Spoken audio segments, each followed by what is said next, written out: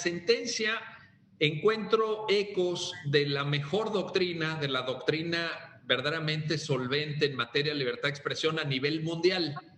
Ustedes conocen y han estudiado mucho la sentencia del caso New York Times versus Sullivan, aquella famosa sentencia de los años 60 de la Suprema Corte de Estados Unidos, en la cual el Justice William Brennan Jr., que fue quien redactó la sentencia, justamente hablaba de la necesidad, que creo que está en la lógica de lo que Adrián apuntaba, de generar un debate robusto, abierto y desinhibido. Esa formulación tan atinada, creo yo, de Brennan, tan pertinente. Y en esto, David, la sentencia también es enfática, porque Adriana lo que apunta un poco es que el lenguaje tiene que servir también no para amoldarse a lo correcto, suponiendo que se pudiera definir, que no está sencillo, pero digamos, no necesariamente para significar la corrección del pensamiento o de las expresiones, etcétera, sino para movernos a pensar, para generar debate en estos términos que cito de New York Times versus Sullivan.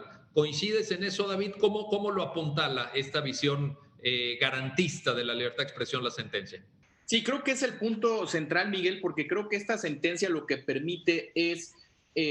dar un paso más en la jurisprudencia que ambas salas habían venido construyendo, especialmente la primera desde, yo diría, desde mediados de la novena época, donde la Corte identificó que la libertad de expresión era la piedra angular, como dice también la Corte Interamericana de Derechos Humanos, la piedra angular del modelo democrático. Y yo te diría que justamente en la libertad de expresión es donde surgió la doctrina del escrutinio estricto, porque es en relación a la libertad de expresión donde ha dicho la Corte, y no solamente la Corte mexicana, sino como bien lo dices, la Suprema Corte de Estados Unidos de manera muy destacada desde estos casos, como dices, de New York Times contra Sullivan,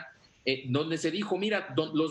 los derechos tienen la misma jerarquía constitucional, de esto no hay duda, pero hay derechos que son más vulnerables frente al gobierno, porque el gobierno puede tener alguna tentación de restringirlos en beneficio de sus intereses gubernamentales, que no necesariamente es que sean malos o que sean perversos. Un gobierno necesita generar cierto apoyo mayoritario, y en ese apoyo mayoritario, claro, se genera una discusión en la población y es probable que las voces minoritarias pudieran ser objeto de alguna presión gubernamental para excluirlas. Entonces,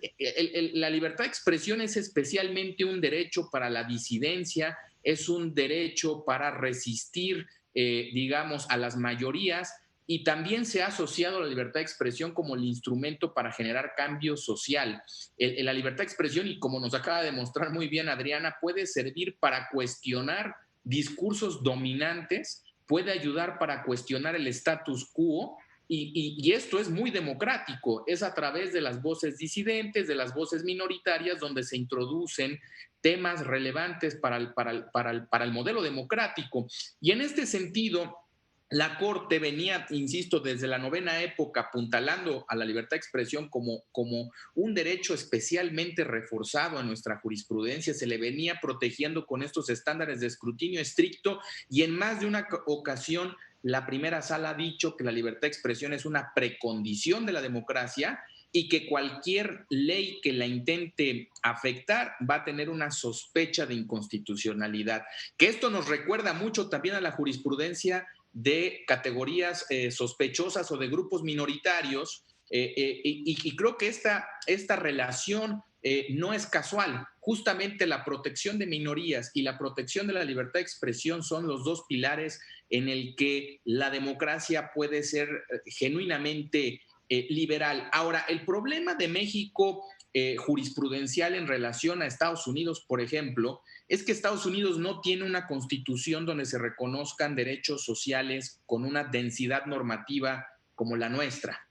La nuestra es una constitución que tiene un gran listado de derechos, por una parte estos derechos de libertad, estos derechos asociados justamente a las minorías y a las disidencias, pero por otra parte tenemos derechos sociales que exigen una rectoría del Estado muy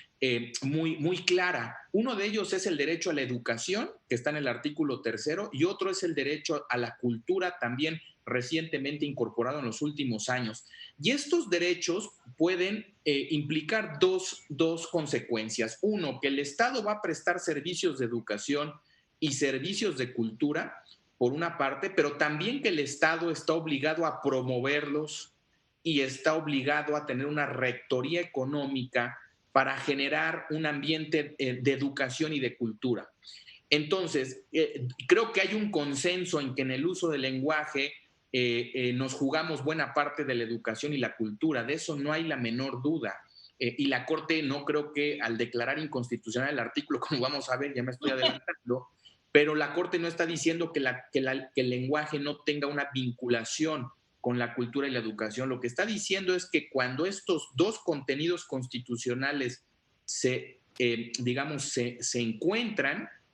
la libertad de expresión tiene que tener una protección reforzada por este tipo de peligros que puede generar para generar un único pensamiento en la sociedad. Y por eso es que dice la Corte, claro que se debe promover la cultura y la educación, pero no se puede hacer a costa de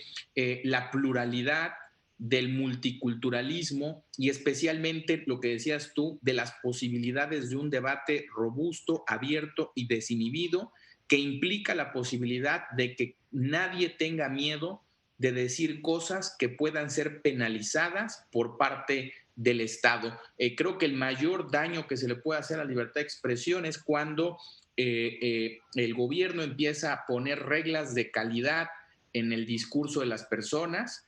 porque esto genera una inhibición para hacer discursos, sobre todo que son impopulares o que pueden ser irreverentes o que pueden ser incluso, hay que decirlo así, ofensivos. La Constitución protege estos discursos porque son muy importantes para la democracia y en ese sentido creo que tienes mucha razón. Nuestra jurisprudencia mexicana se pone en sintonía con estas jurisprudencias de los tribunales del mundo que se han preocupado por proteger las precondiciones democráticas, ya no solo proteger los derechos humanos desde una perspectiva contramayoritaria, sino proteger los derechos humanos en clave democrática. ¿Cuáles son estos derechos que sirven como base para la democracia? Y estos tribunales, donde creo que México ya forma parte de este club, la preocupación es cómo los protejo para mejorar la democracia. Y creo que en esto este es el punto central.